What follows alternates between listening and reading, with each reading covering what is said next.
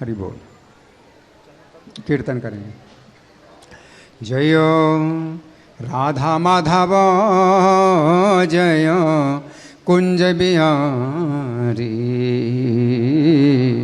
राधा माधव जय कुंज बिहारी, जय राधा माधव जय कुंज बिहारी,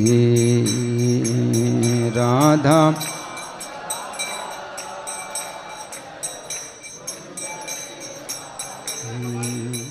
जय गोपी जन वल्लभ जय गिरिवर धारी,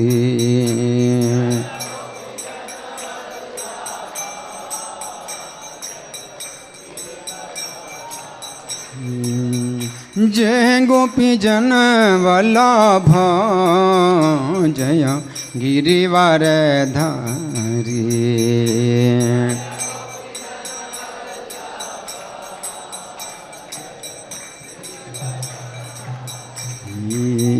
जय यशोदानंदन जय ब्रज जन रंजन, यशोदा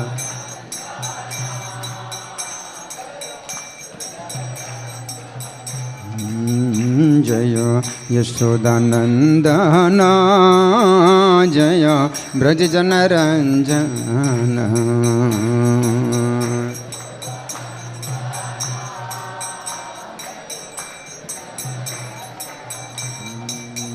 जय यमुना तीर बनचारी जय कुंज बिहारी,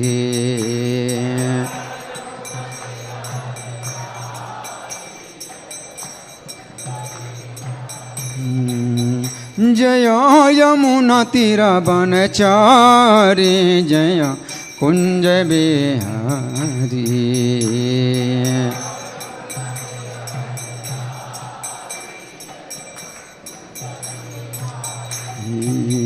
जय राधा माधव जय कुंज बिहारी,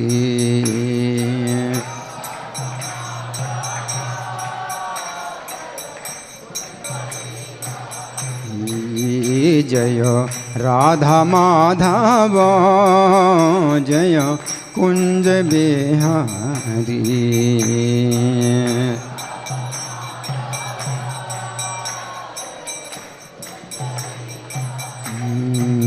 नितय गौर हरि बोल हरि बोल हरि बोल हरि बोल,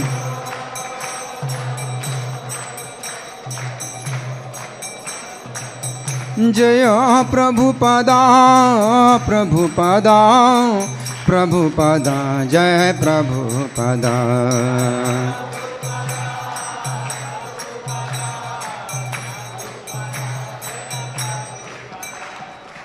जय ओम विष्णुपाद परमहंस परिव्राजकाचार्य अष्टोत्तर श्री श्रीमधीश डिवाइन ग्रेस अभय चरणारविंद भक्ति वेदांत स्वामी श्रील प्रभुपाद की जय।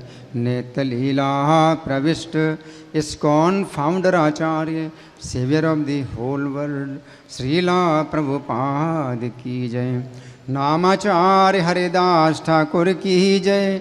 प्रेम से कहो श्री कृष्ण चैतन्य प्रभु नित्यानंद श्री अद्वैत गदाधर श्रीवासादि गौर भक्त वृंद की जय। श्री श्री राधा पार्थ सारथी ललिता विशाखा गोप गोपिका श्याम कुंड राधा कुंड गिरि गोवर्धन की जय। श्री श्री गौनिताय की जय। श्री श्री सीताराम लक्ष्मण हनुमान की जय। समवेत भक्त वृंद की जय। अनंत कोटि वैष्णव वृंद की जय। इस्कॉन वर्तमानाचार्य वृंद की जय। गौर Premanandi. All glories to simple devotees, all glories to simple devotees, all glories to simple devotees, all glories to Sri Guru and Gauranga. मेरे पीछे बोलें। ओम नमो भगवते वासुदेवाय।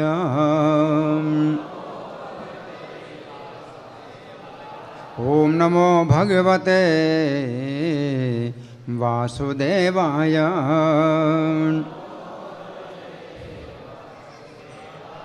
ओम नमो भगवते वासुदेवाय।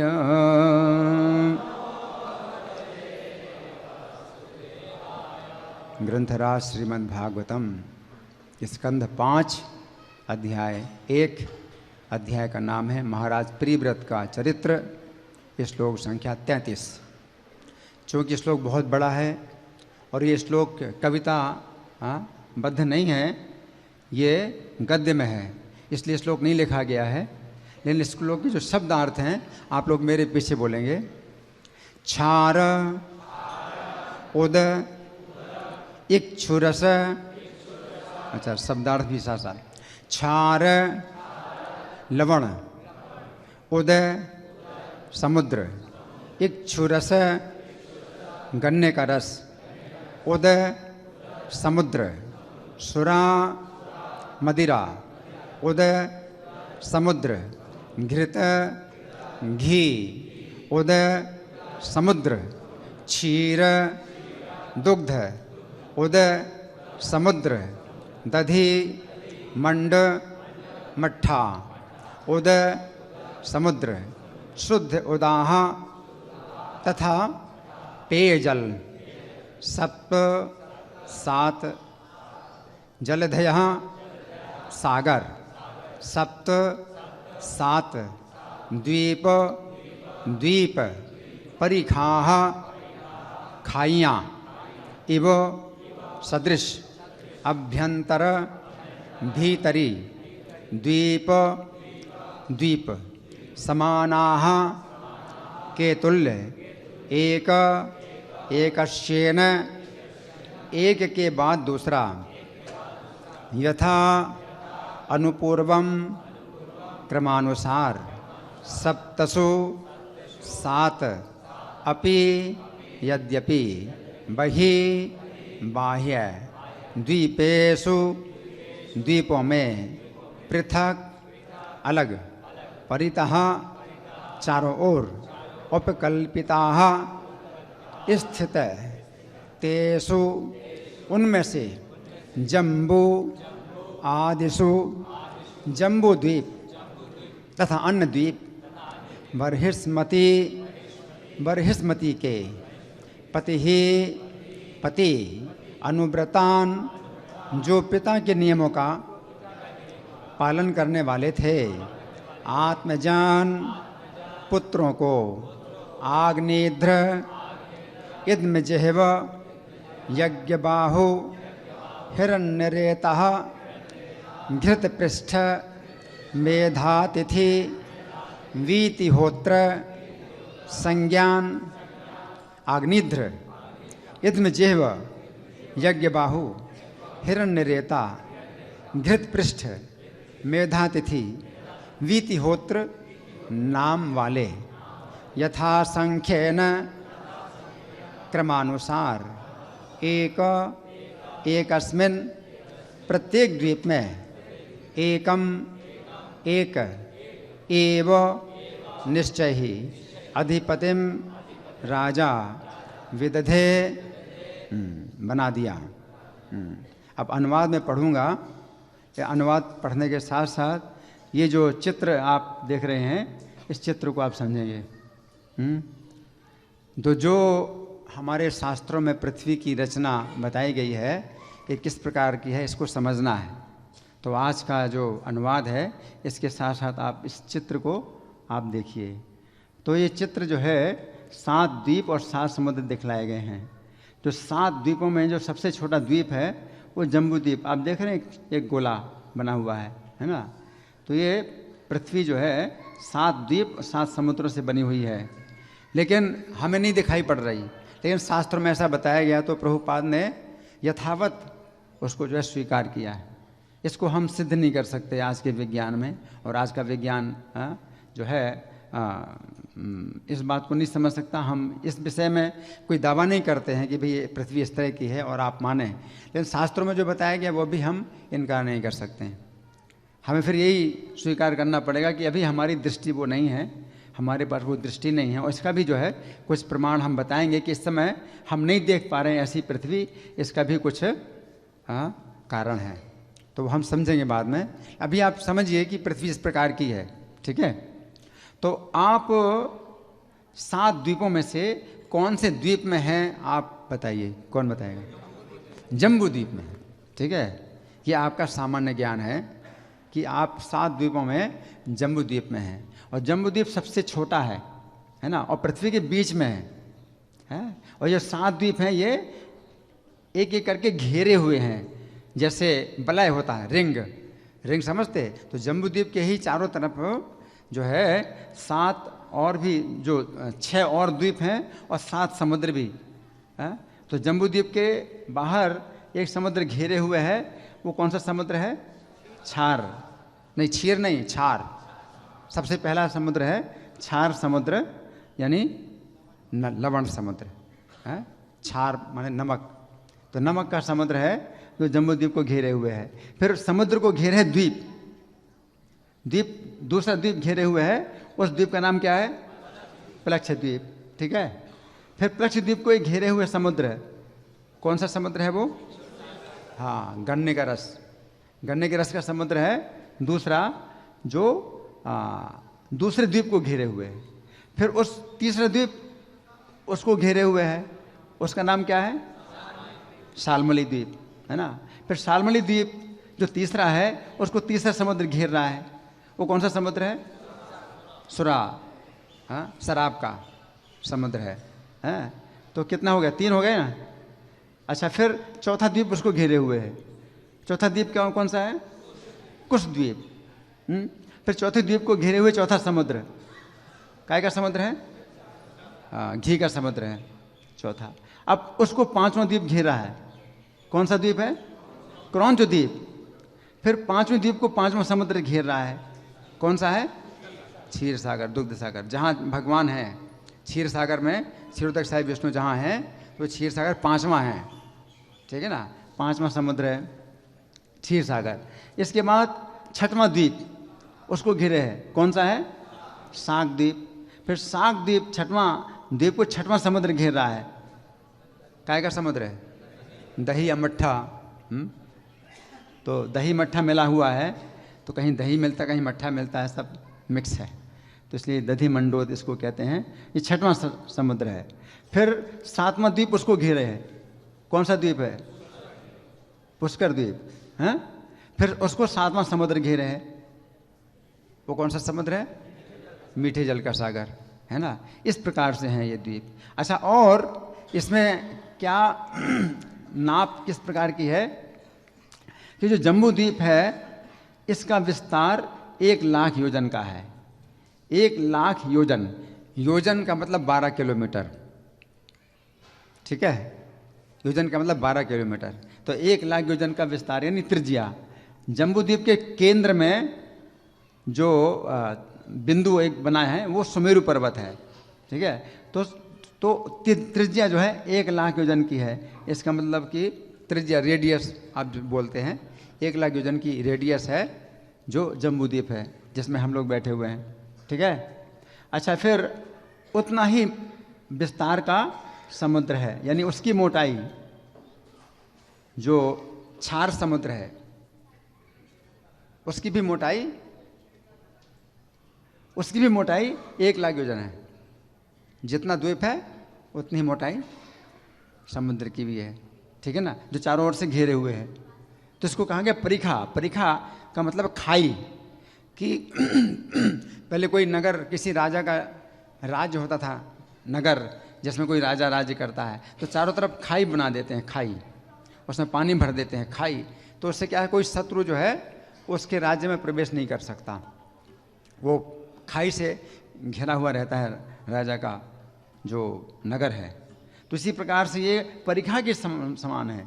प्रत्येक द्वीप में जो है जाने के लिए आपको इतना बड़ा समुद्र पार करना पड़ेगा, तो संभव ही नहीं पार करना, है ना। तो ऐसे सातों द्वीप जो है 7 समुद्र से खाई की तरह घिरे हुए हैं। तो पहला जो समुद्र है क्षार समुद्र, उसकी भी मोटाई 1 लाख योजन की है, ठीक है।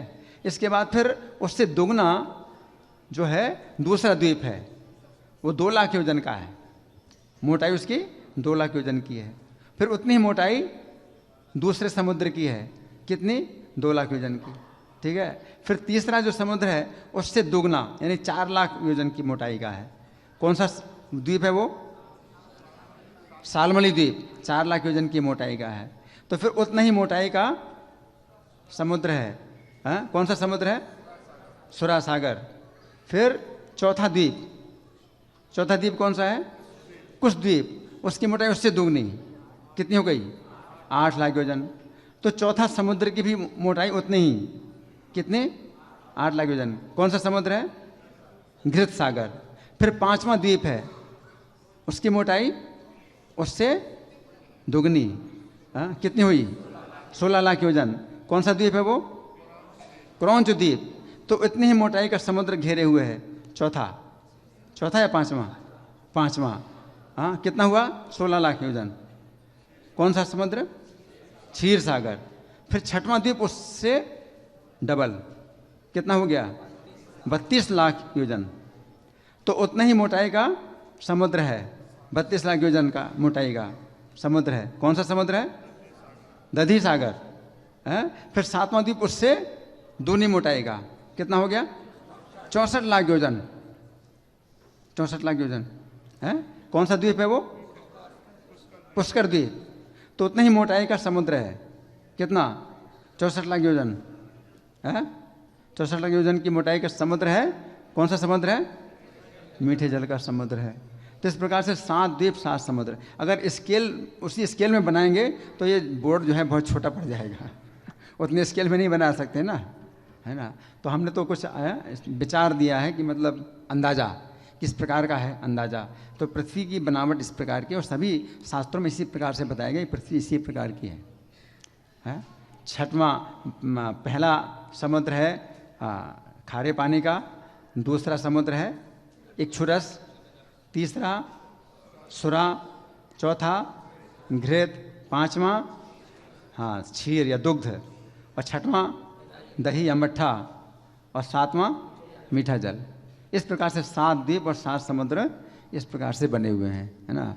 तो शास्त्रों के अनुसार ये जो है हमारी जो पृथ्वी है इस प्रकार की, और समतल है पृथ्वी, है? अभी तो हमें पृथ्वी गोल दिखाई दे रही, और जो स्थान दिखाई दे रहे हैं वो स्थान इसमें नहीं, इनमें वर्णन नहीं है। तो इससे ही पता चलता है कि पहले वो स्थान थे ही नहीं, वो समुद्र में डूबे हुए थे दूसरे स्थान, अभी समुद्र में वो निकले हैं। नहीं तो पहले इनका इतिहास भी नहीं है, जैसे अमेरिका है, ये सब जो है इनका इतिहास ही नहीं कुछ, है ना। तो पहले पृथ्वी थे ही नहीं, सब समुद्र थे, तो समुद्र में निकले। और बाकी जो 7 समुद्र हैं, 7 द्वीप हैं, वो हम नहीं देख सकते, इनका दर्शन नहीं कर सकते। तो आप सुनिए अनुवाद और मेरे पीछे दोहराइए।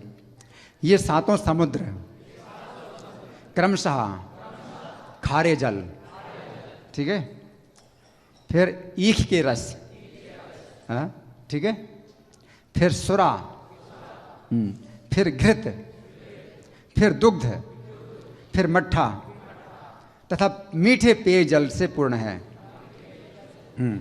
सभी द्वीप इन सागरों से पूर्णतया घिरे हैं। पूर्णतया घिरे हैं मतलब चारों तरफ से घिरे। आप ये नहीं कह सकते कि किस दिशा में क्षीर सागर है, किस दिशा में दही का सागर है। चारों तरफ से, चारों, कोई भी समुद्र जो है आप दिशा नहीं बता सकते, क्योंकि चारों दिशाओं में पूरा एक प्रकार से रिंग टाइप के हैं। रिंग समझते, बलय, हिंदी में बलय बोलते हैं, चूड़ी जैसे, इस प्रकार के हैं सब। तो चारों सभी द्वीप इन सागरों से पूर्णतया घिरे हैं, और प्रत्येक समुद्र घिरे हुए द्वीप के समान चौड़ा है, ठीक है। प्रत्येक समुद्र घिरे हुए द्वीप के समान चौड़ा है, जितना द्वीप है उतना ही चौड़ा समुद्र है। तो इसलिए हमने उसकी पृथ्वी की त्रिज्या जोड़ी है 1 + 1, ठीक है, द्वीप और समुद्र, फिर 2 + 2, फिर 4 + 4, फिर 8 + 8, फिर 16 + 16, फिर 16, फिर 32 + 32, फिर 64 + 64, कुल मिला के 2,54,54,00,000 योजन। 2,54,00,000 योजन की त्रिज्या है इस पृथ्वी की, अगर हम 7 द्वीप 7 समुद्रों को मिला करके पूरा देखें, ठीक है ना। तो और इसमें 12 से गुणा करेंगे तो किलोमीटर आएगा, इतनी बड़ी पृथ्वी है ना। तो यहाँ अनुवाद है, रानी बरहिस्मती के पति महाराज प्रियव्रत ने इन द्वीपों का एक छत्र राज अपने पुत्रों को दे दिया। तो महाराज प्रियव्रत जो है ये 7 द्वीपों के राजा थे, और उनके रथ के पहिए से ही ये 7 समुद्र बने, नहीं तो ये पृथ्वी पूरी एक थी, मतलब समुद्र था ही नहीं बीच में, इतनी बड़ी पृथ्वी थी। राजा प्रियव्रत ने जो है सुमेरु पर्वत की 7 बार परिक्रमाएं करी, तो वो जो गड्ढे बन गए उनके रथ से, तो 7 गड्ढे इस प्रकार के बने। एक छोटी परिक्रमा करी, फिर और बड़ी परिक्रमा, फिर और बड़ी परिक्रमा, इस तरह से 7 परिक्रमाएं करी, एक से एक बढ़ करके। तो 7 समुद्र इस प्रकार से बने, और महाराज प्रियव्रत जो है इन 7 द्वीपों और 7 समुद्रों के एक छत्र सम्राट थे, राजा थे, है ना। तो यहाँ अनुवाद में लिखा है, रानी बरहिस्मती के पति महाराज प्रियव्रत ने इन द्वीपों का एक छत्र राज अपने पुत्रों को दे दिया। तो उनके 10 पुत्र हुए थे, महाराज प्रियव्रत के 10 पुत्र हुए थे। तो उनमें से जो 3 पुत्र थे तो वे तो नैष्ठिक ब्रह्मचारी बन गए, तो बाकी जो 7 पुत्र हैं उनको राज्य दिया। तो क्रम से राज्य दिया, तो सबसे पहले उन पुत्रों के नाम क्रमशः अग्निध्र, तो राजा अग्निध्र को राज्य दिया। तो क्रम से अगर देखें तो कौन सा द्वीप उनको मिला? जम्बू द्वीप, ठीक है। फिर दूसरे हैं इद्मजीव, इद्मजीव दूसरे हैं, उनको कौन सा द्वीप मिला? कौन सा? प्लक्ष द्वीप। फिर तीसरे यज्ञबाहु, उनको कौन सा द्वीप मिला? शाल्मली। चौथे हिरण्यरेता, उनको कुश द्वीप मिला। 5वें घृत पृष्ठ, क्रौंच द्वीप। और 6ठे मेधातिथि, कौन सा? शाक द्वीप। और 7वें वीतिहोत्र, पुष्कर द्वीप। इस प्रकार अपने पिता के आदेश से ये सभी राजा बन गए। इस प्रकार से 7 पुत्रों को जो है 7 द्वीपों का राजा बनाया।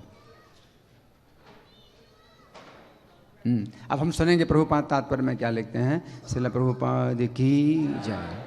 यहाँ ये समझने की बात है कि प्रत्येक द्वीप भिन्न प्रकार के सागर से घिरा है, और यहाँ कहा गया है कि प्रत्येक सागर की चौड़ाई उस द्वीप के समान है जिसे वह घेरता है, ठीक है।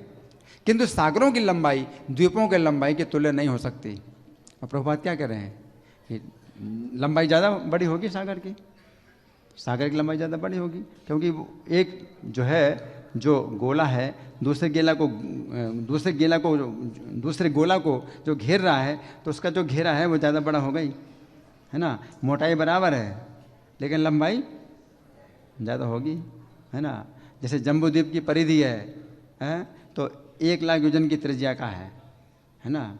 तो 2πr होता है ना परिधि, तो 6 गुना समझ लो, करीब 6 गुना त्रिज्या से 6 गुना बड़ी है।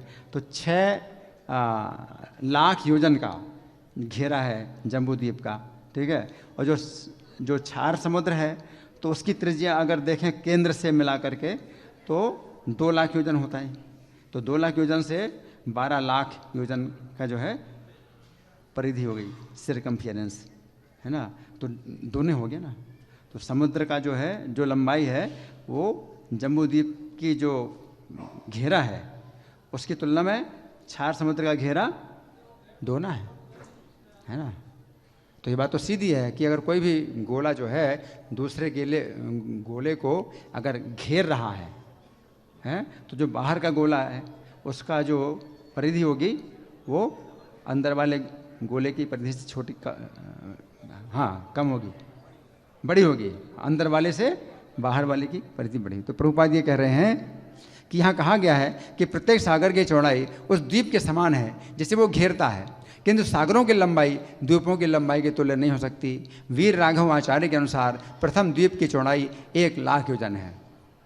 तो वही हमने बताया 1,00,000 योजन चौड़ाई, द्वीप की चौड़ाई का मतलब त्रिज्या, रेडियस नहीं, चौड़ाई वही उसी को चौड़ाई। फिर बाद में चौड़ाई तो होती है ना सबकी, तो उसकी भी जो चौड़ाई है ना। जम्बूद्वीप भी जो है सुमेरु पर्वत को घेर रहा है, तो 1 लाख योजन का जो है इसकी चौड़ाई है जम्बूद्वीप की, तो त्रिज्या ही मानी जाएगी। फिर उसी तरह से वो जो है चौड़ाई बढ़ती जा रही ना।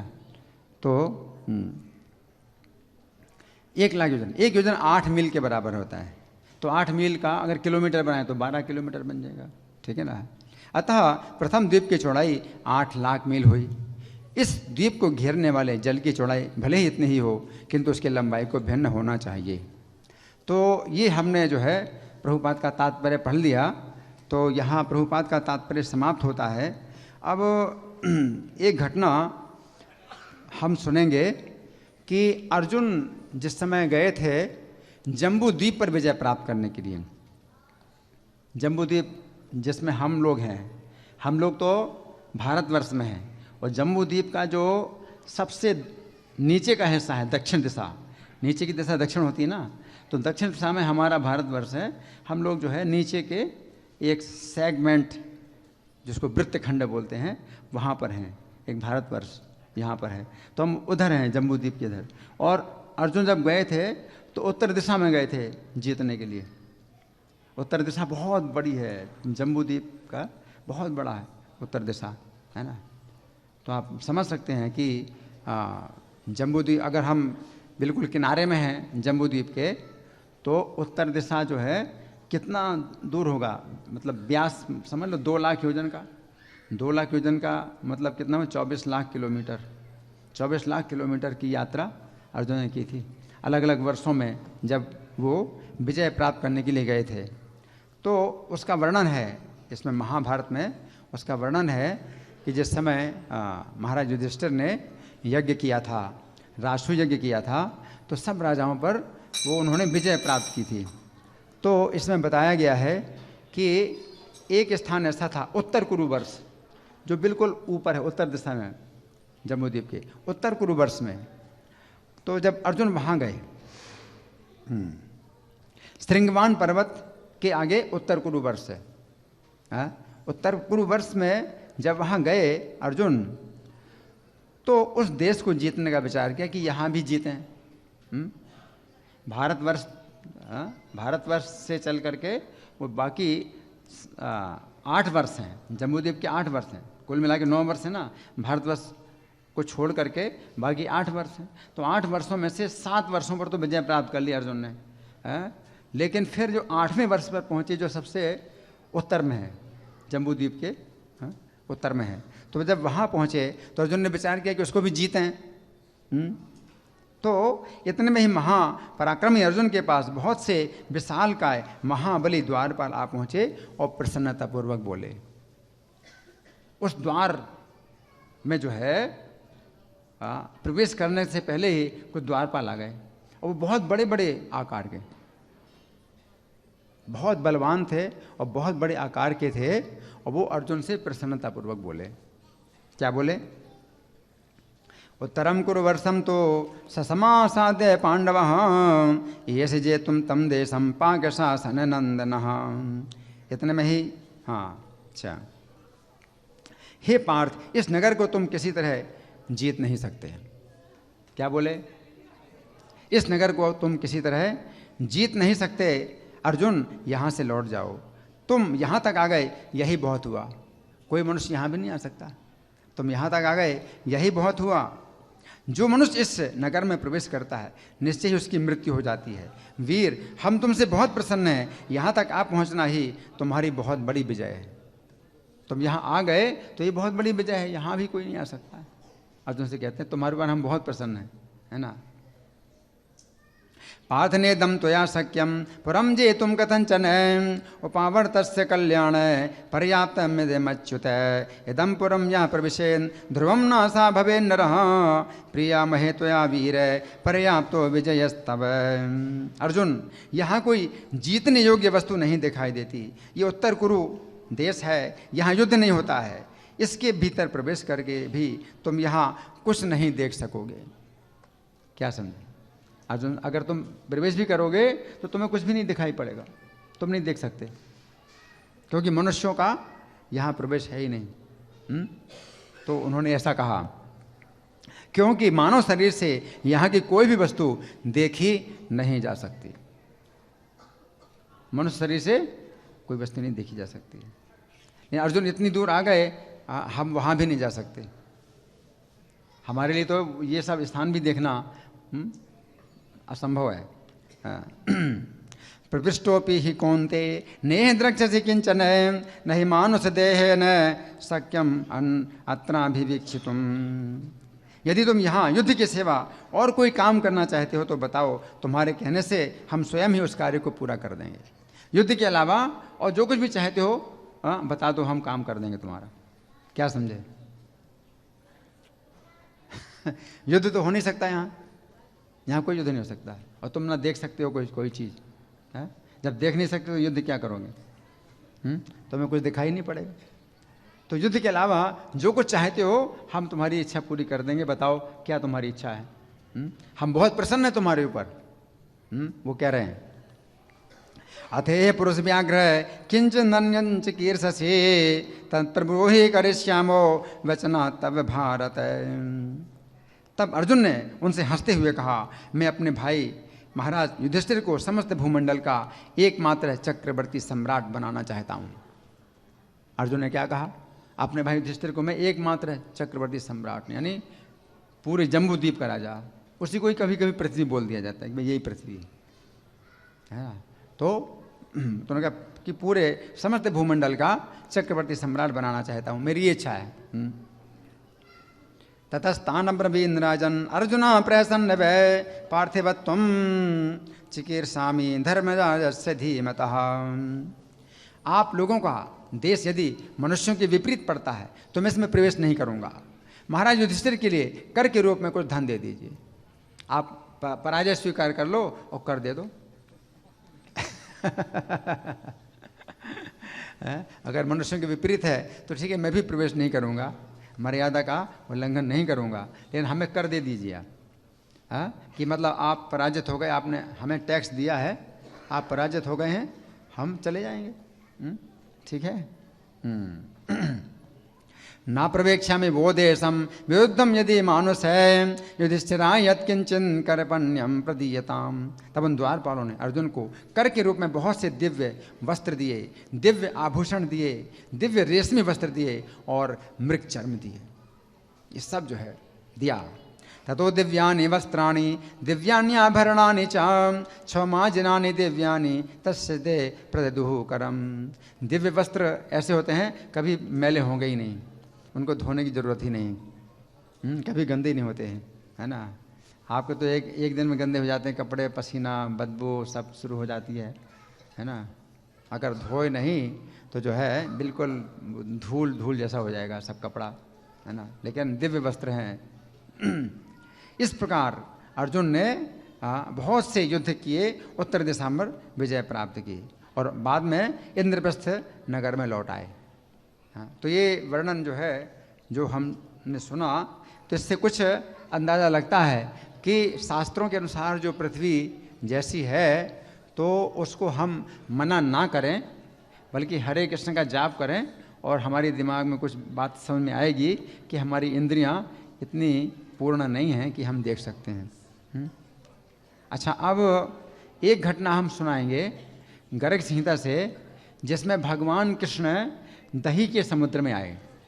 वैसे तो उनका क्षीर सागर है, क्षीर समुद्र है ना, 5वां समुद्र है, वहाँ पर भगवान क्षीरोदक विष्णु के रूप में निवास करते हैं। और जब भगवान कृष्ण आए थे तो क्षीर सागर के विष्णु भी उनके शरीर में थे, सभी अवतार उनके शरीर में रहते हैं। तो भगवान कृष्ण जब लीलाएं कर रहे थे तो वृंदावन की लीला में जब भगवान ने रासलीला की और रासलीला में जब भगवान अंतर्धान हो गए, पहले राधा रानी को लेके गए, फिर राधा रानी ने भी मान किया तो राधा रानी को भी त्याग दिया, तो फिर भगवान अंतर्धान हो गए तो कहाँ चले गए थे? तो इसका जो रहस्य है वो इसमें मिलता है। तो आप सुनिए इसको।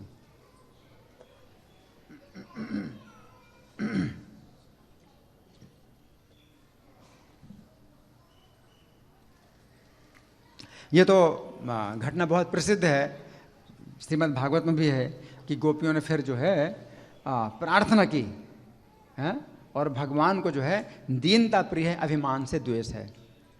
ईश्वर से आप मान द्वेषत्वाद देने प्रियत्वाच। गोपियों को जब मान हुआ तो भगवान ने गोपियों का त्याग दिया, राधा रानी को मान हुआ तो राधा रानी को त्याग दिया।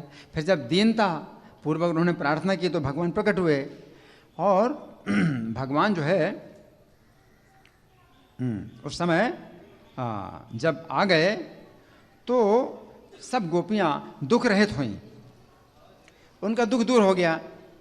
दुख रहित होकर के वहां खड़े हुए श्याम सुंदर से हाथ जोड़कर गदगद वाणी में बोली, यावतीर गोपिका तावन रूप धरो भरी गच्छन्त मां ताभिर्मजे रे में स्वावस्थाभिर्मनो यथा। गोपियों ने पूछा, हे श्याम सुंदर, सारे जगत को तिनके की भांति त्याग कर तुम्हारे चरण कमलों में अपना तन मन प्राण अर्पित कर चुकी हैं, उन इन गोपियों को छोड़कर तुम कहाँ चले गए थे? क्वगतस्त्वं बधरेश त्यक्त्वा गोपी गणो महान सर्वं झंग जगत तृणीकृत्य त्वत्पादे प्राप्त मानसम। श्री भगवान बोले, हे गोपांगनाओं, पुष्कर द्वीप के दधि मंडोत समुद्र के भीतर मैं चला गया था। कहाँ पर? पुष्कर द्वीप के दधि मंडोद समुद्र। तो अब देख रहे हैं पुष्कर द्वीप 7वां है और दधि मंडोद 6वां समुद्र है, तो पुष्कर द्वीप में भी उसको कह सकते हैं। तो पुष्कर द्वीप की तरफ जो समुद्र है वो इधर अंदर की साइड में दधि मंड है, तो भगवान के पुष्कर द्वीप के पास में, तो यानी उधर से नहीं, अगर इधर इस साइड में, तो पुष्कर द्वीप की तरफ जो है, मतलब जो 7वें द्वीप के किनारे जो समुद्र है अंदर साइड में, वहाँ पर भगवान आए, है ना। तो भगवान कहते हैं मैं वहाँ पर चला गया था। तो वहाँ पर मैं क्या कर रहा था? पुष्कर द्वीप के दधि मंडोत समुद्र के भीतर रहकर हंस नामक महामुनि तपस्या कर रहे थे। कौन मुनि? हंस नाम के मुनि तपस्या कर रहे थे। कौन से समुद्र में? 6वें समुद्र में है। महामुनि हंस नाम के महामुनि तपस्या कर रहे थे। तपस्या कर रहे थे। हे गोप्या पुष्कर द्वीपे हंसो नाम महामुनि समुद्र दधि मंडोदे तथापांतरगतस्तपः। वे मेरे ध्यान में रत बिना किसी कामना के भजन करते थे। उन तपस्वी महामुनि को तपस्या करते हुए 2 मनवंतर का समय बीत चुका। 2 मनवंतर का समय बीत चुका है। एक मनवंतर 30 करोड़ साल का होता है, क्या समझे? तो 60 करोड़ साल से वो तपस्या कर रहे हैं उस दही के समुद्र में। ये कितने नंबर का मनवंतर चल रहा है? 7वां मनवंतर चल रहा है। और 2 मनवंतर से जो है वो तपस्या कर रहे हैं उस दही समुद्र में। चकारा है तो किम भक्तिम मम ध्यान है परायण व्यतीतम तस्य तपतो गोप्यो मनवंतरे द्वयम। उन्हें आज ही आधे योजन लंबा शरीर धारण करने वाला एक मत्स्य निकल गया। एक मत्स्य, मत्स्य मतलब मछली है। मत्स्य जो है मतलब बड़ा, उसको मछला बोलेंगे, क्या बोलेंगे? मत्स्य। एक बड़ा मत्स्य निकल गया। कितना बड़ा था? आधा योजन लंबा। एक योजन कितना होता है? 12 किलोमीटर। तो आधा योजन 6 किलोमीटर लंबा मत्स्य जो है उनको निकल गया। 6 किलोमीटर यहाँ से कितना होगा? यहाँ से कितना होगा? 6 किलोमीटर है। हौस खास, हौस खास, यहाँ से हौस खास तक लंबा एक मत्स्य जो है उनको निकल गया। उसी मट्ठे के समुद्र में उनको निकल गया। और वो तो जो है मेरे ध्यान में डूबे हुए हैं, उन्हें कुछ पता ही नहीं चला। वो पेट में चले गए मत्स्य के, उन्हें कुछ पता ही नहीं चला कि वो कितने बड़े संकट में है। लेकिन पता किसे चला? मुझे पता चला। भगवान की पता तो मुझे है, मुझे पता चला। तो ये कारण भगवान बता रहे हैं कि मैं इस कारण से चला गया था। कारण तो था कि मान किया, लेकिन भगवान चूंकि अप्रिय नहीं बोलते ना, अप्रिय बात नहीं बोलते, क्योंकि ये तो वो समझने वाली बात है, बताने वाली बात नहीं है।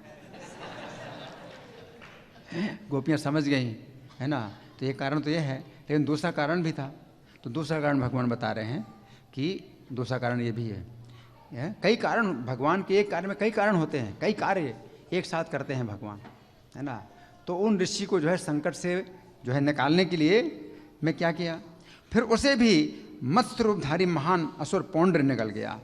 वो मत्स्य जो है 6 योजन का, नहीं 6 किलोमीटर लंबा, उसको भी एक बहुत बड़ा मत्स्य निकल गया। वो कितना बड़ा होगा आप सोचिए।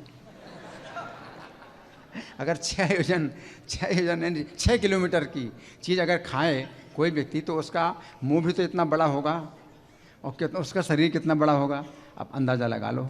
इतना बड़ा मत्स्य जो है उसको भी निकल गया, उसको निकल गया।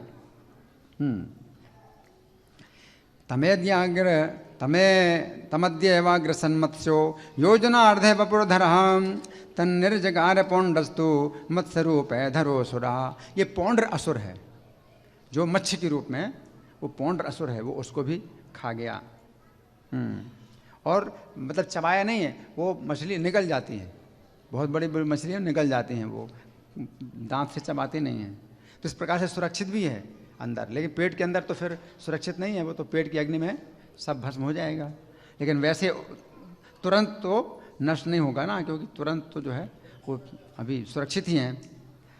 तो इस प्रकार कष्ट में पड़े हुए मुनिवर हंस के उद्धार के लिए मैं शीघ्र वहाँ गया और चक्र से उन दोनों मच्छों का वध करके मुनि को संकट से छुड़ाकर श्वेत द्वीप में चला गया। चक्र से जो है दोनों मच्छों का मैंने वध किया और मुनिवर हंस को संकट से मुक्त किया। इसके बाद फिर मैं कहाँ चला गया, श्वेत द्वीप में चला गया। अब श्वेत द्वीप कहाँ पर है, ये 7 द्वीपों में श्वेत द्वीप तो कोई है ही नहीं। श्वेत द्वीप कहाँ पर है, तो श्वेत द्वीप जो है क्षीर सागर के अंदर ही एक द्वीप है, श्वेत द्वीप, जहाँ भगवान क्षीर सागर शेष शैया में शयन करते हैं। वहाँ पर कुछ ज़मीन है, क्षीर सागर के अंदर भी कुछ ज़मीन है जो श्वेत द्वीप कहते हैं। और वो श्वेत द्वीप क्यों कहते हैं, दूध के बीच में ज़मीन है तो ज़मीन भी सफ़ेद ही होगी, पूरी सफ़ेद सफ़ेद ज़मीन है वहाँ की, है ना।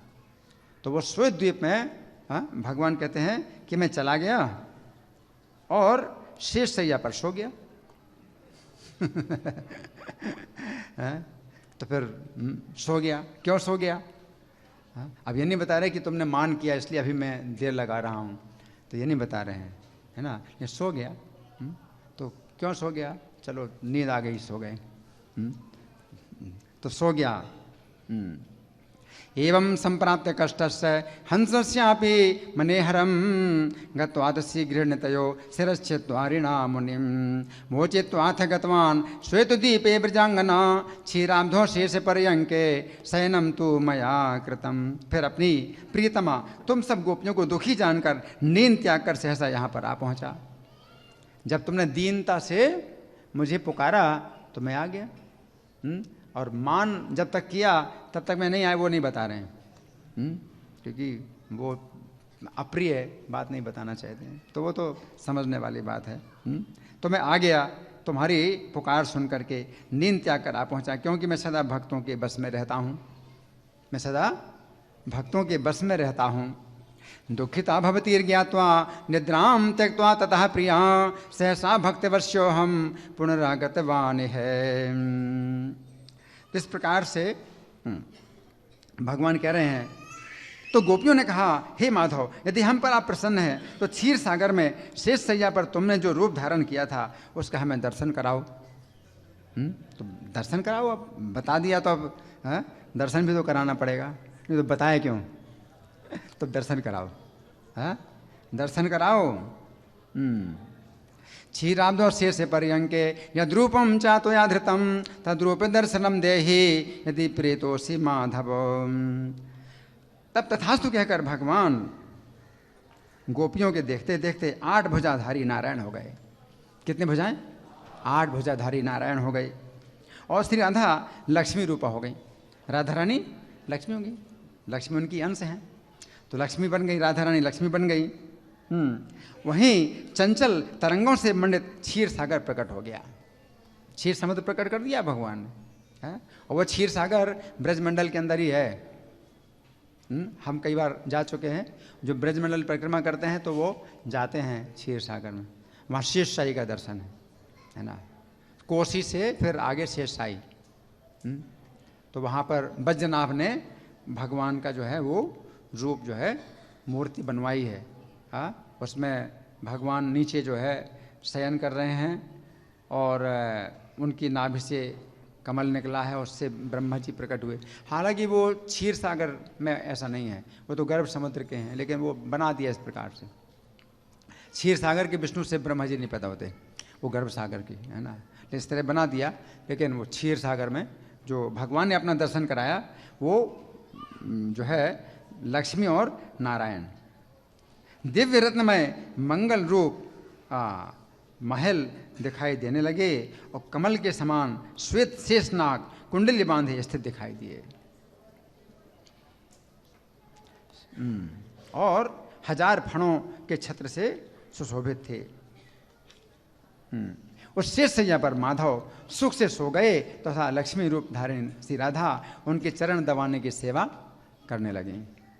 तो भगवान बता रहे कि मैं इस प्रकार से सो रहा, जब तुमने मुझे पुकारा तो मैं आ गया, लेकिन मैं कैसे सो रहा था तो भगवान दिखा रहे हैं, तो सो गए वहीं पर। तस्मिन् वै शेष पर्यंके सुखम सुस्वाप माधव तस्य रूपिणी राधा पाद सेवाम चकार। करोड़ों सूर्यों के समान तेजस्वी उस सुंदर रूप को देखकर गोपियों ने प्रणाम किया। वो कैसा रूप था? करोड़ों सूर्यों के समान तेजस्वी रूप था भगवान का। गोपियों ने प्रणाम किया, वे सभी परम आश्चर्य में निमग्न हो गईं। तद्रूपम सुंदरम दृष्ट्वा कोटिमार्तंड सन्निभम नत्वा गोपीगणा सर्वे विस्मयम परमं गता। जहाँ श्री कृष्ण ने गोपियों को इस रूप में दर्शन दिया था वो परम पुण्यमय पाप नाशक क्षेत्र बन गया। गोपीभ्यो दर्शनम दत्तम यत्र कृष्णेन मैथिल तत्र क्षेत्रम महापुण्यम जातम पाप प्रणाशनम। इसके बाद फिर भगवान गोपांगनाओं के साथ यमुना तट पर आकर कालिंदी के विवेकपूर्ण प्रवाह में संतरण कला केली करने लगे, फिर जल विहार करने लगे भगवान। तो ये जो मैंने आपको सुनाया है तो ये इसी संबंध में सुनाया कि ये सब जो है बातें सभी शास्त्रों में मिलती हैं कि जो पृथ्वी है हमारी इसी प्रकार की है, 7 द्वीप हैं और 7 समुद्र हैं। तो इस तरह से हमें जो कुछ है इसमें संदेह नहीं करना चाहिए। लेकिन प्रभुपाद जो है इस विषय में विज्ञान के सामने कोई दावा नहीं करते कि ऐसी पृथ्वी है, क्योंकि हम तो नहीं दिखा सकते, हमारे पास शक्ति नहीं कि हम दिखाएं कि 7 द्वीप 7 समुद्र इस प्रकार से हैं, तो हम दावा नहीं कर सकते। लेकिन शास्त्रों के अनुसार प्रभुपाद ने जिस बात पर दावा किया, चुनौती दी, वो क्या है कि हम शरीर नहीं, हम आत्मा हैं। शास्त्रों की जो ये बात है, इस बात पर जो है प्रभुपाद ने चुनौती दी कि तुम लोग जो है अपने को शरीर जो समझ रहे हो तो ये जो है पशुओं के धरातल का जो है ये ज्ञान है, तुम्हारी शिक्षा सब पशुओं के धरातल पर है, अपने को शरीर समझना है। तो हम शरीर नहीं हैं, हम आत्मा हैं और आत्मा नष्ट नहीं होती है। तो यही जो है प्रारंभिक कृष्ण भावनामृत का प्रारंभिक ज्ञान है, यानी ABCD जो भी कहें हैं, तो प्रारंभिक ज्ञान कृष्ण भावनामृत यही है। इसी आधार पर प्रभुपाद जो है आज के विज्ञान को चुनौती देते थे और इसी पर जो है जोर देते थे। और हम लोगों के लिए भी प्रभुपाद ने जितने भी प्रवचन दिए तो उसमें इस विषय पे हमेशा प्रकाश डालते रहे। ये नहीं कि अब हम इसको जो है समझ गए तो जो इसको छोड़ दें, ये जो विषय है इसको कभी छोड़ना नहीं कि हम शरीर नहीं हैं। और इतना अच्छा प्रभुपाद ने ये जो कृष्ण भावनामृत आंदोलन की नींव मजबूत की है कि इस मजबूत नींव पर जो है हम लोग एकत्र हो सकते हैं, और नहीं तो फिर कला है। कला है। क्यों कला है? हम भारतीय हैं, तुम चीनी हो, तुम अमरीकी हो, हम गोरे हैं, तुम काले हो, हम काले हैं, तुम गोरे हो। तो ये सब जो है शरीर के आधार पर जो इस प्रकार के भेद और मतभेद बनते हैं ना, तो इसको जो है प्रभुपाद ने दूर किया। तो ये जो विषय है कि हम शरीर नहीं हैं, हम आत्मा है, ये हमारे लिए भी उतना ही महत्वपूर्ण है जितना कि दूसरों के लिए महत्वपूर्ण है। हम दूसरों को भी इसी आधार पर फिर कृष्ण भावनामृत का प्रचार करते हैं। कृष्ण की भक्ति हम सीधे नहीं कहते कृष्ण की भक्ति करना है, और जो इस तरह कृष्ण की भक्ति करते हैं तो एक भावुकता में कृष्ण की भक्ति करते हैं, लेकिन ये नींव अगर मजबूत नहीं रही तो ध्वस्त हो जाएगी। आपकी कृष्ण की भक्ति का जो है आधार नहीं मिलेगा, सही आधार नहीं मिलेगा। तो कृष्ण भक्ति का जो आधार है वो ये है कि हम नित्य आत्मा हैं, शरीर नहीं है। आत्मा नष्ट नहीं होता है। तभी हमारी जो भक्ति है, कृष्ण का संबंध है, वो नित्य, हम समझेंगे कि हाँ नित्य संबंध है। और नहीं तो अगर समझते कि हम शरीर हैं और शरीर नष्ट हो जाएगा तो हम भी समाप्त हो जाएंगे, हम भी नहीं रहेंगे, तो कृष्ण की भक्ति का फिर क्या महत्व रहा। तो ये कृष्ण की भक्ति आप कर रहे हैं, लेकिन जब शरीर छूट जाएगा हम भी नहीं रहेंगे, तो कृष्ण अगर रहें भी तो भक्ति कैसे बन रहेगी। अगर आप ही नहीं रहेंगे तो कृष्ण की भक्ति फिर कौन करेगा, है ना। हाँ जी, आपका प्रश्न, हाँ बोलिए।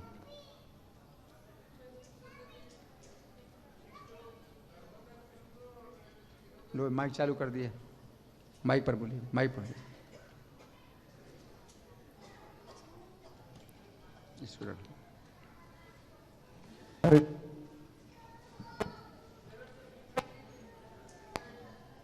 काम नहीं कर रहा माइक? नहीं, काम कर रहा हूँ। हाँ हाँ बोलो।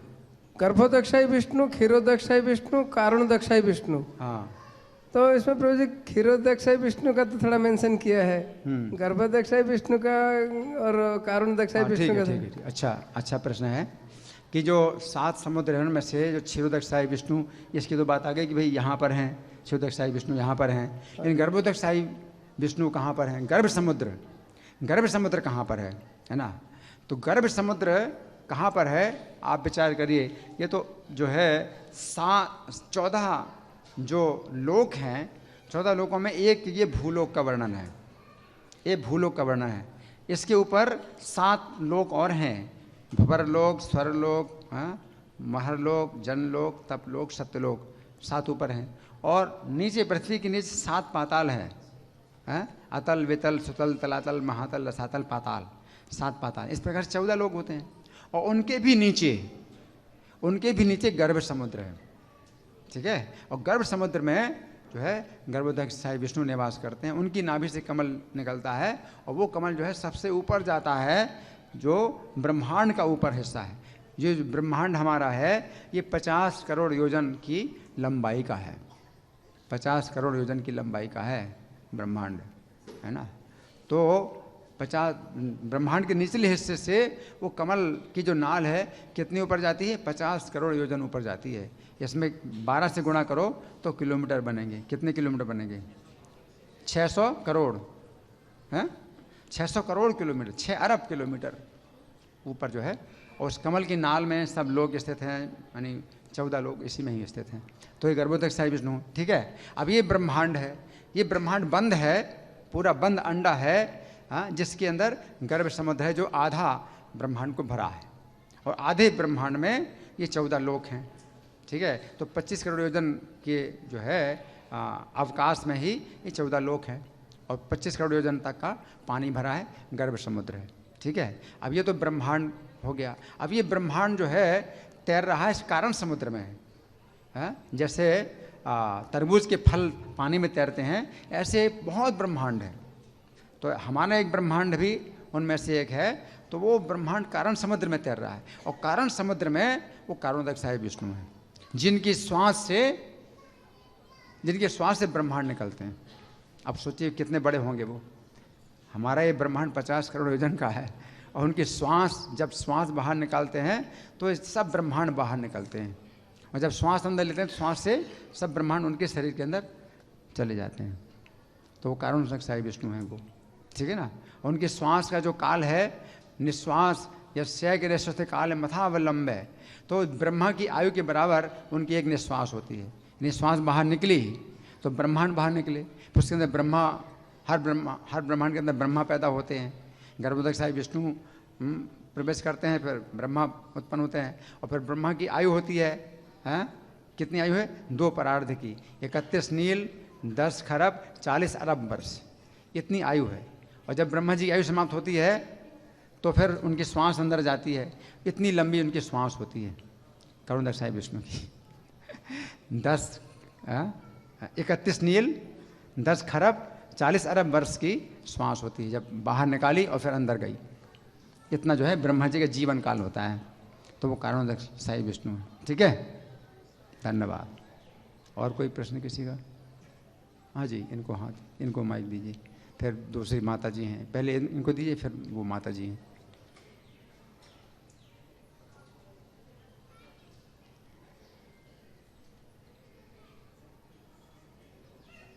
ये डायग्राम के हिसाब से भूमंडल भूमंडल किसको कहेंगे? भूमंडल, हाँ यही भूमंडल है।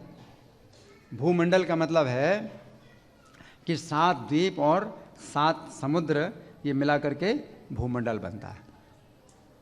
भूमंडल और धरती एक ही है? हाँ, पृथ्वी, उसको हम पृथ्वी मंडल कहें, भूमंडल कहें, जो भी कहें, ये 7 द्वीप 7 समुद्र की पृथ्वी है। लेकिन कभी कभी पृथ्वी हम जम्बू द्वीप को ही बोल देते हैं,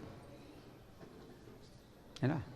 जैसे अर्जुन जो है बोले हम पूरे भूमंडल का राजा सम्राट युधिष्ठिर महाराज को बनाना चाहते हैं, तो भूमंडल का मतलब जम्बू द्वीप ही, ठीक है ना।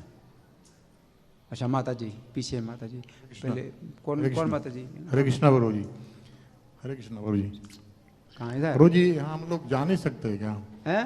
हम लोग आगे तक जा नहीं सकते? क्षीर सागर, सॉरी, क्षार सागर के आगे नेक्स्ट सागर तक नहीं पहुंच सकते हम लोग? योगी लोग जाते हैं, योगी लोग जा भी सकते हैं, उनके पास मन के समान गति होती है तो वो जा सकते हैं, देख सकते हैं। योगी लोग जा सकते हैं, देख सकते हैं। और ये जो है, जो 7वां समुद्र है, जो मीठे जल का समुद्र है, उसके जो है चारों तरफ एक पर्वत है जो लोकालोक पर्वत है। तो सूर्य का प्रकाश जो है वो परावर्तित करता है लोकालोक पर्वत, तो पृथ्वी में सूर्य का प्रकाश आता है, और उसके पार सूर्य का प्रकाश भी नहीं है, वहाँ योगी लोग नहीं जा सकते। ठीक है, तो माता जी को दे दो। हरे कृष्ण प्रभु जी। प्रभु जी, आपने कहा जो उन्होंने दर्शन दिया कृष्ण भगवान ने, तो अष्टभुजा था उनका, अष्टभुजा वाले, 8 भुजा वाले, हाँ। तो 8 भुजाओं में क्या धारण करते हैं? 8 भुजाओं में क्या धारण करते हैं? 8 भुजाओं, जब 8 भुजाएं होती हैं भगवान की, तो उनमें 4 तो वो हैं, शंख चक्र गदा पद्म, 4 तो ये हो गए। फिर 4 जो बाकी भुजाएं हैं, तो उनमें ये वर्णन आता है, 8 भुजाओं में भगवान ने दर्शन दिया था दक्ष को, तो 6वें स्कंद में, हाँ दक्ष को, तो उसमें देखना पड़ेगा क्या है। तो बाकी 4 भुजाएं हैं उनमें भी है, धनुष है, बाण है और पाश हो सकता है, इसी प्रकार के जो है कुछ और भी अस्त्र हैं। तो देखना पड़ेगा 8 भुजाओं में क्या क्या है। ठीक है माता जी। हरे कृष्ण प्रभु जी। जी। प्रभु जी, आपने कहा था टोटल 9 वर्ष हैं जी। तो इसमें वर्ष का क्या मतलब है? हम तो एक ही मतलब समझते हैं। हाँ, वर्ष का मतलब होता है जो पृथ्वी का हिस्सा, उसको वर्ष बोलते हैं। जो 8 पर्वत हैं, जम्बू द्वीप में 8 पर्वत हैं, 8 पर्वत से जो है ये जम्बू द्वीप 8 भागों में विभाजित हो गया। तो जो भाग हैं पृथ्वी के, जो हिस्से हैं, उन्हीं को ही वर्ष बोलते हैं। भारतवर्ष है ना, उसके उत्तर में किम पुरुष वर्ष, फिर हरिवर्ष, इलावृत वर्ष, रम्यक वर्ष, उत्तर कुरु वर्ष, हिरण्मय वर्ष, ये सब वर्ष हैं। तो वर्ष का मतलब भूमिखंड। ठीक है जी। हाँ माता जी। हरे कृष्णा प्रभु जी, बहुत बहुत धन्यवाद इतना सुंदर प्रवचन के लिए, हमेशा की तरह। प्रभु जी, मेरा प्रश्न था कि ये शराब का वो क्यों होता है, सागर जो है? शराब का समुद्र शराब का समुद्र क्यों है?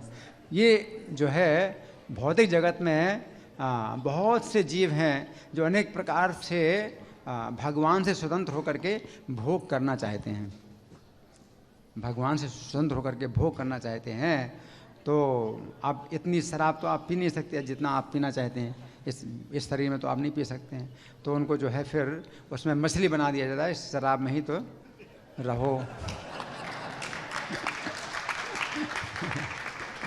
जैसे प्रभुपाद ने कहा कि जो लोग मांस खाना चाहते हैं तो उनको छुरा वगैरह चाहिए, फिर पकाना पड़ता है, तो फिर जिनकी मांस खाने की इच्छा होती है तो अगले जन्म में उनको जो है ये चीता और शेर और बाघ ये शरीर दे देते हैं।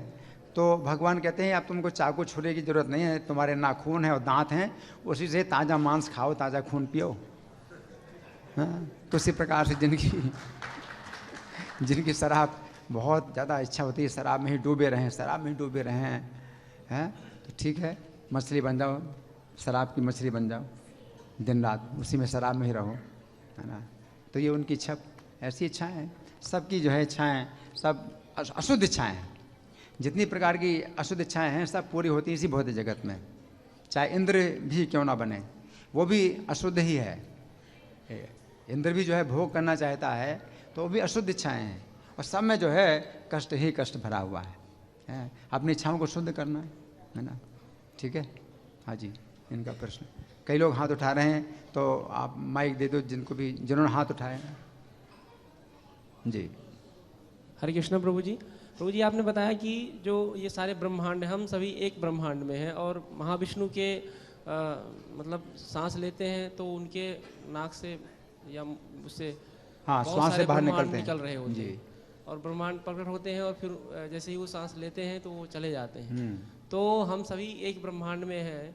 तो जैसे कुछ हैं जो भौतिकवादी हैं, और हम सब लोग स्पिरिचुअल, कुछ भगवान का नाम करते हैं, तो सब एक साथ में चले जाएंगे, तो हम अलग से फिर हमें रहने की क्या जरूरत है? अलग से क्या? अलग से जैसे हम स्पिरिचुअल जो भी एक्टिविटीज़ करते हैं, या जो भी भौतिक हैं सारे, मतलब एक तरह से पूरा ब्रह्मांड विष्णु, महाविष्णु के उसमें चला जाएगा? नहीं, वो उस तरह से उनका कर्म नष्ट नहीं होता।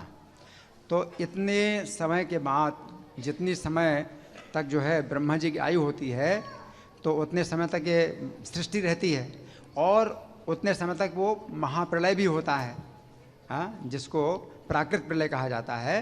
तो इतने समय के बाद फिर श्वास बाहर निकलती है, और फिर ब्रह्मांड उत्पन्न होते हैं, और फिर सब जीवों को अपने कर्मों के अनुसार फिर शुरू हो जाता है उनका कर्म बंधन। तो ये कर्म बंधन नहीं नष्ट होता।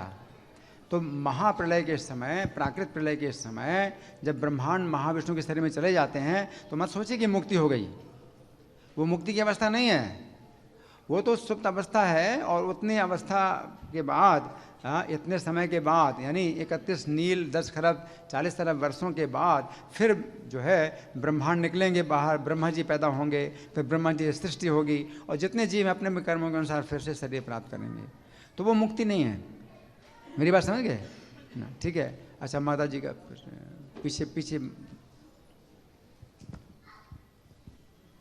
हाथ उठाइए माता जी। हरे कृष्ण प्रभु जी।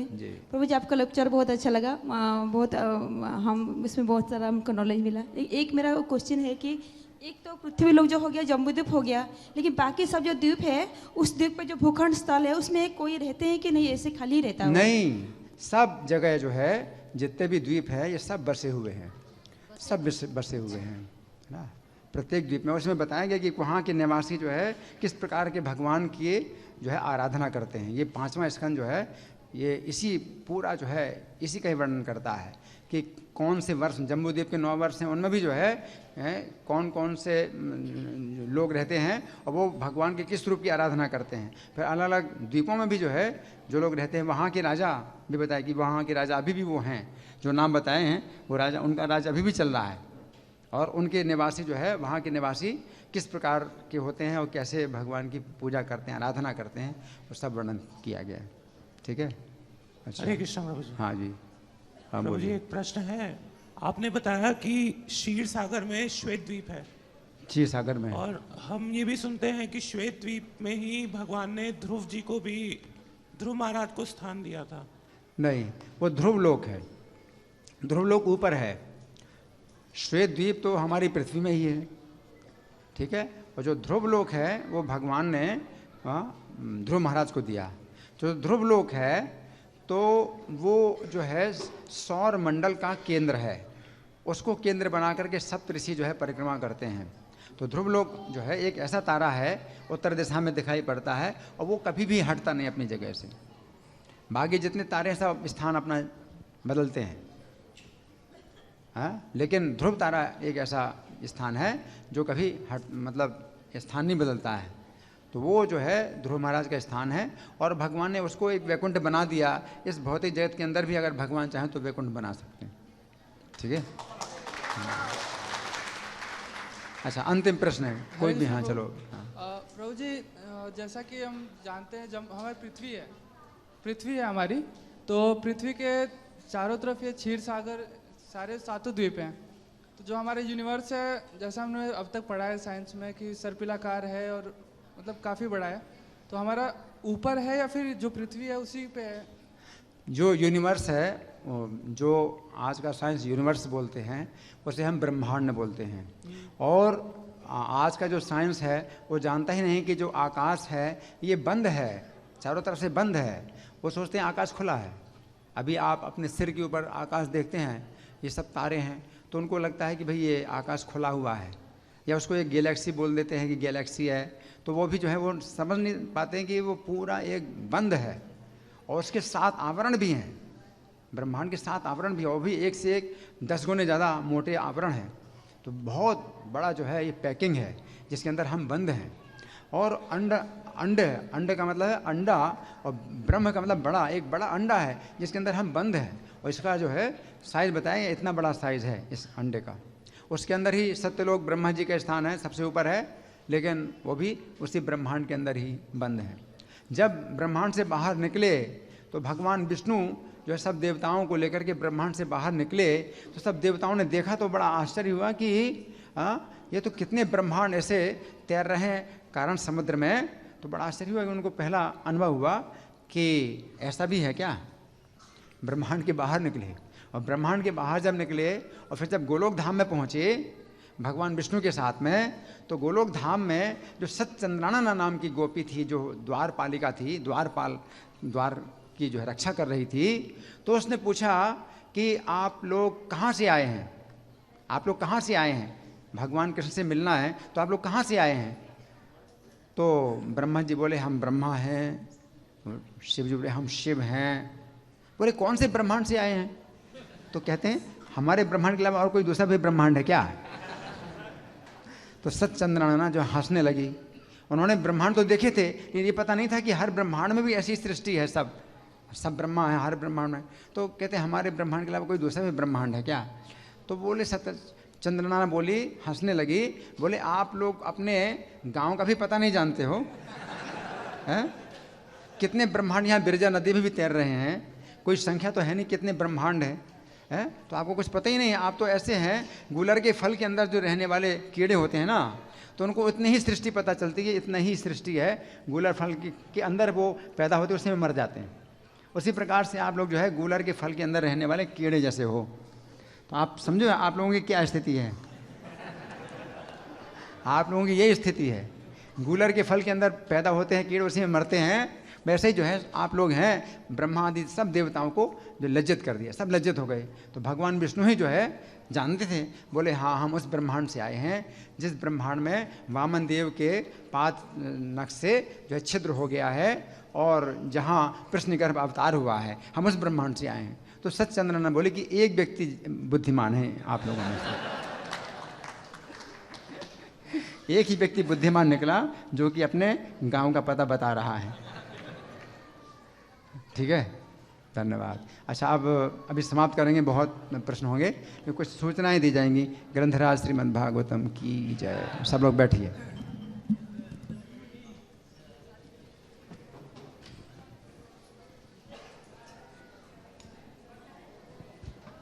हरे हरे कृष्णा। तो प्रभु की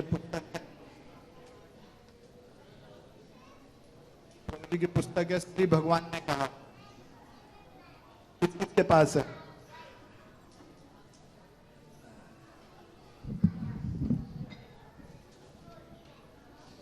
बहुत ही कम भक्तों के पास है। तो ये जो है पुस्तक संख्या है 15 और 12 खंड 12वां अध्याय।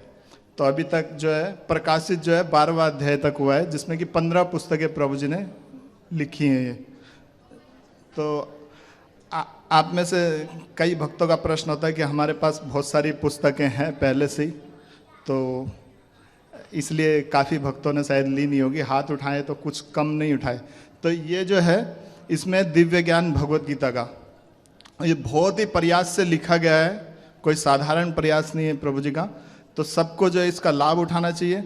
यहाँ तक कि इसकी जो ख्याति है पूरे मतलब इस्कॉन में जो इसके पढ़ने वाले हैं, वो तो यहाँ तक भी कई भक्त ऐसे आते तो सोचते हैं कि दिल्ली मंदिर में बस प्रभु जी और प्रभु जी की किताब ही दिखती है हमको तो, कि कब नया वर्जन आएगा और कब हम इसको लें। तो ये बहुत ही महत्वपूर्ण ग्रंथ है।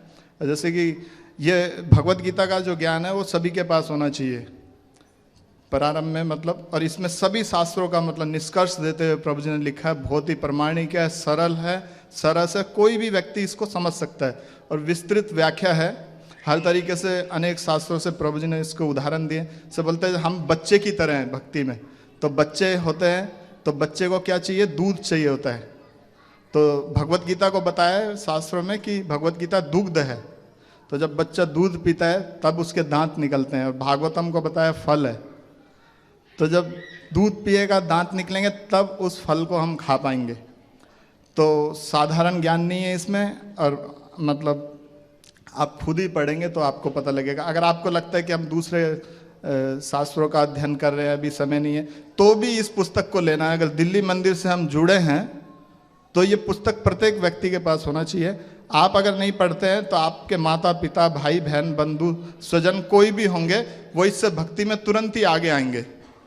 किसी को भी अगर देते हैं आप ये पुस्तक, वो तुरंत ही इस्कॉन के प्रति आकर्षित होगा, मंदिर के प्रति, और मंदिर से जुड़ने की कोशिश करेगा।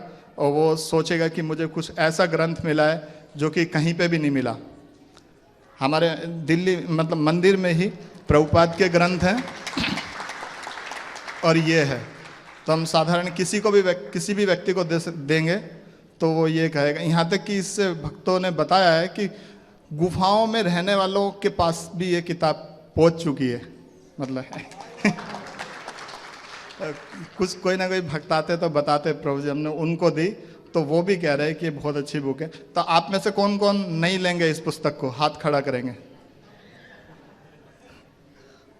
लेंगे सब? चलो ठीक है, आज नहीं तो कभी भी लेंगे, जरूर लीजिए। पर ये आप ये मत सोच के रहिए कि भाई हमारे पास पुस्तक है, टाइम नहीं है, ये नहीं है, वो नहीं है। ये सब ठीक नहीं है। आप एक एक पुस्तक लीजिए, अभी लीजिए या बाद में लीजिए, वो आपकी इच्छा है। पर जितना लाभ जो है जितना जल्दी हम उठा सकते हैं वो हमारा ही फायदा है। तो हमें लोल्य होना चाहिए दिव्य ज्ञान का। और प्रभु जी ने मतलब इसको बहुत प्रयास किया। भक्तों की काफ़ी प्रार्थना है कि प्रभु जी पुस्तक पूरी करे। प्रभु जी का स्वास्थ्य भी सही नहीं है, और ये पुस्तक जो है प्रभु जी ने अभी तीव्र गति से जो है प्रभु जी अभी तक मतलब बस थोड़ा सा ही काम रह गया है पूरे 18 अध्यायों में से। तो आप आके प्रभु जी से साइन करा के लेंगे। और ये अभी भी कम सेवा में दी जा रही है, सिर्फ 60 रुपये की सेवा है। तो आप प्रभु जी से आके साइन करा लीजिए। इसके अतिरिक्त दूसरी भी पुस्तक है, दूसरा खंड भी है इस पुस्तक का। तो जिसने ये ले ली गौर पूर्णिमा को, लेटेस्ट है, गौर पूर्णिमा को इसका लॉन्चिंग हुई है। हरे कृष्ण। तो 60 रुपये की पुस्तक है, प्रभु जी से आके साइन करा लेंगे। हरे कृष्ण।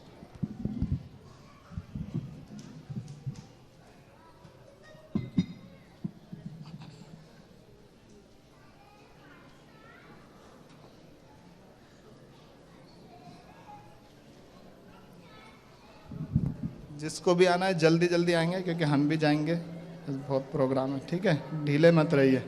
हरे कृष्ण।